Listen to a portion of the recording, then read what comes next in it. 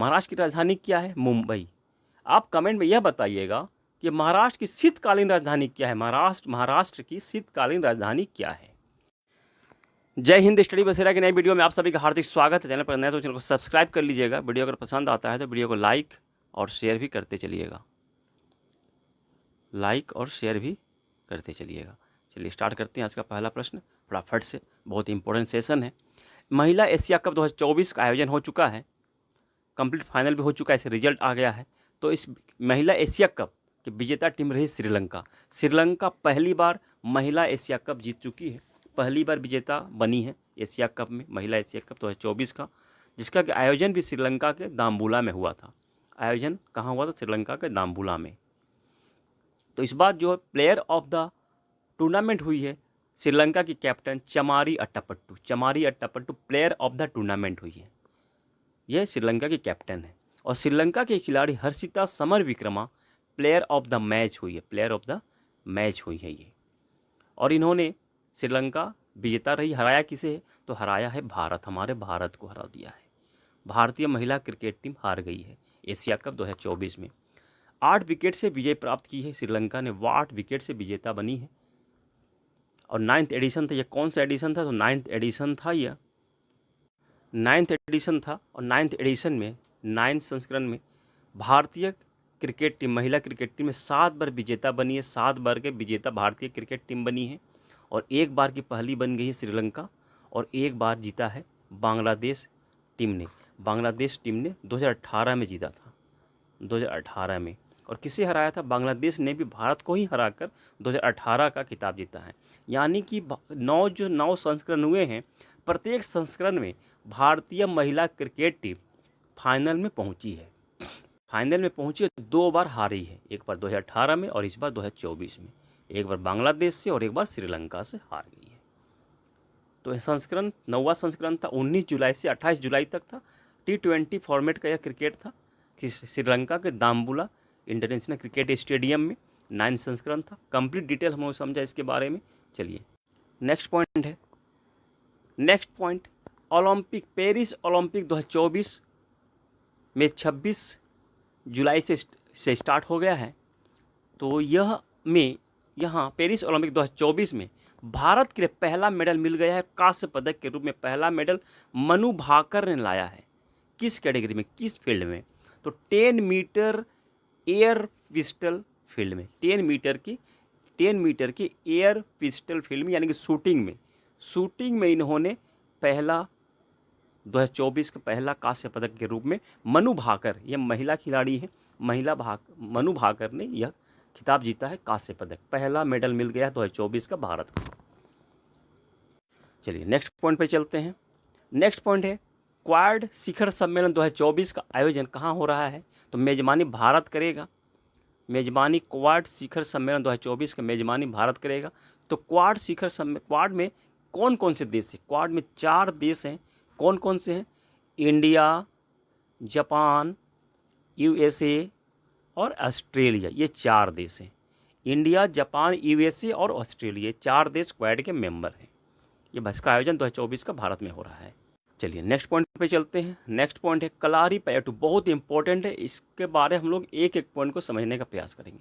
कलारीपयट्टू सबसे पुराना martial art, विश्व का सबसे पुराना मार्शल आर्ट खेल है, मार्शल आर्ट है। इस केरल से संबंधित, केरल स्टेट में खेला जाता है। यह केरल स्टेट से संबंधित है यह। और इसमें जो मीनिंग है, कलारी का अर्थ होता है, कलारी का क्या अर्थ होता है इसके बारे में समझने के पहले इसको समझ लेते हैं कि ये अभी करंट में क्यों है, क्यों पढ़ रहे हैं इसके बारे में। तो युवा मामले और खेल मंत्रालय ने देश में मार्शल आर्ट को बढ़ावा देने के सराहनीय प्रयास के लिए भारतीय कलारीपयट्टू महासंघ को क्षेत्रीय खेल महासंघ का दर्जा दे दिया है। किसका दर्जा? तो क्षेत्रीय खेल महासंघ का दर्जा दे दिया है। इसलिए ये क्वेश्चन जो है इंपॉर्टेंट बन जाता है। तो हमारे युवा मामले और खेल मंत्रालय द्वारा यह घोषणा की गई है। तो युवा मामले और खेल मंत्रालय के मंत्री कौन हैं, यानी कि स्पोर्ट मिनिस्टर कौन है? तो मनसुख मंडाविया हैं। मनसुख मंडाविया हमारे युवा मामले और खेल मंत्रालय के मंत्री हैं, यानी कि स्पोर्ट मिनिस्टर मनसुख मंडाविया है।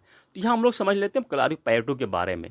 ये तो समझ लिया हम लोग, मैंने बता दिया कि यह भी न्यूज़ में क्यों है। कलारी का अर्थ होता है व्यायाम करने का स्थान या एक्सरसाइज करने का जो फील्ड होता है, स्थान होता है, उसे कहते हैं कलारी, व्यायाम करने का स्थान। इसे रण क्षेत्र भी, ऑप्शन में रण क्षेत्र या रणभूमि भी हो सकता है कलारी का अर्थ, तो ये भी ध्यान रखिएगा।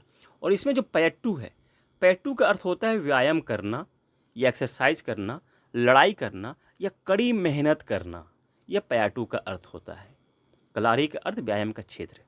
जो ये अभ्यास स्थल है, कलारी पैट्टू का जो अभ्यास स्थल होता है, जमीन से 4 फीट नीचे, जमीन से 4 फीट नीचे होता है।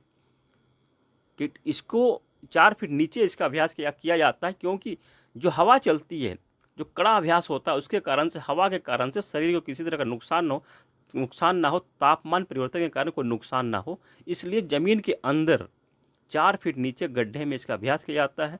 इसकी जो क्षेत्र होता है, जो मैदान का अभ्यास क्षेत्र होता है, इसका 42 फीट लंबा होता है, 42 फीट लंबा होता है, 42 फीट लंबा होता है और करीब 21 फीट चौड़ा होता है।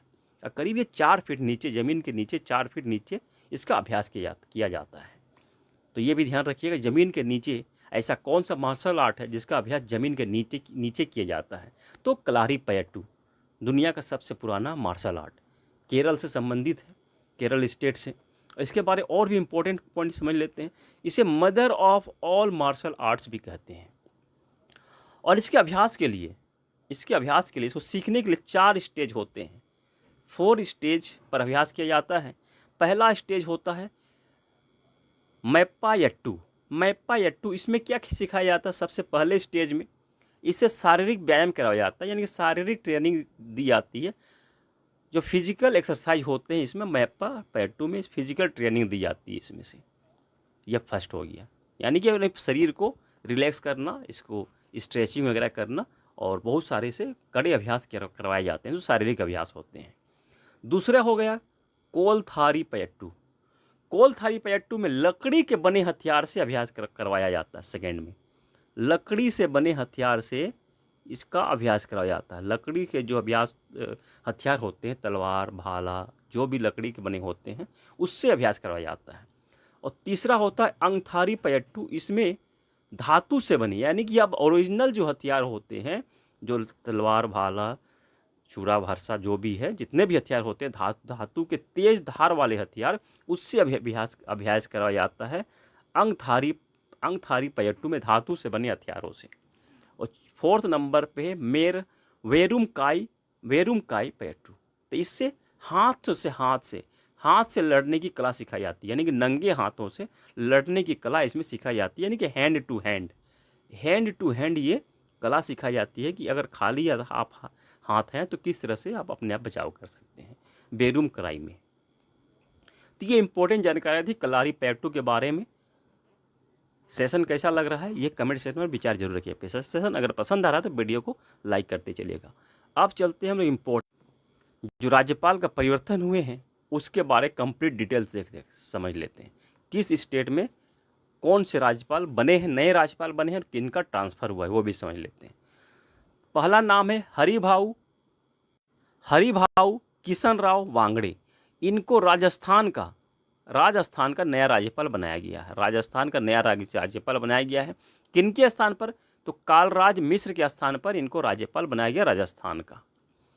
दूसरे हैं संतोष कुमार गंगवार। इनको बनाया गया झारखंड का नया राज्यपाल बनाया गया है। किनके स्थान पर? तो सीपी राधाकृष्णन के स्थान पर संतोष गंगवार को झारखंड का नया राज्यपाल बनाया गया है। दूसरे हैं गुलाब चंद कटारिया को पंजाब का राज्यपाल बनाया गया है। किनके स्थान पर? तो बनवारी लाल पुरोहित के स्थान पर। और गुलाब चंद कटारिया को चंडीगढ़ का प्रशासक भी बनाया गया है। चंडीगढ़ जो यूटी है, यूनियन टेरिटोरी है, उसका प्रशासक भी बनाया गया है गुलाब चंद कटारिया को, चंडीगढ़ का और पंजाब का राज्यपाल। तीसरे हैं रमन डेका को छत्तीसगढ़ का नया राज्यपाल बनाया गया है। किनके स्थान पर? विश्वभूषण हरिचंदन के स्थान पर। तो छत्तीसगढ़ के मुख्यमंत्री कौन है? विष्णुदेव साय। ये भी ध्यान रखिएगा। चलिए नेक्स्ट पॉइंट है महाराष्ट्र के नए राज्यपाल बनाए गए हैं सीपी राधाकृष्णन जी को। सीपी राधाकृष्णन को महाराष्ट्र का नया राज्यपाल बनाया गया है। सीपी राधाकृष्णन कहाँ से ट्रांसफ़र हुए हैं? तो झारखंड से, झारखंड के राज्यपाल थे। तो झारखंड से राज्यपाल ट्रांसफ़र करके इनको महाराष्ट्र का पदभार दिया गया है। और किन के स्थान पर बनाया गया है महाराष्ट्र में सीपी राधाकृष्णन को? रमेश बैस के स्थान पर। मुख्यमंत्री कौन है महाराष्ट्र के? एकनाथ शिंदे। महाराष्ट्र की राजधानी क्या है? मुंबई। आप कमेंट में यह बताइएगा कि महाराष्ट्र की शीतकालीन राजधानी क्या है? महाराष्ट्र की शीतकालीन राजधानी क्या है?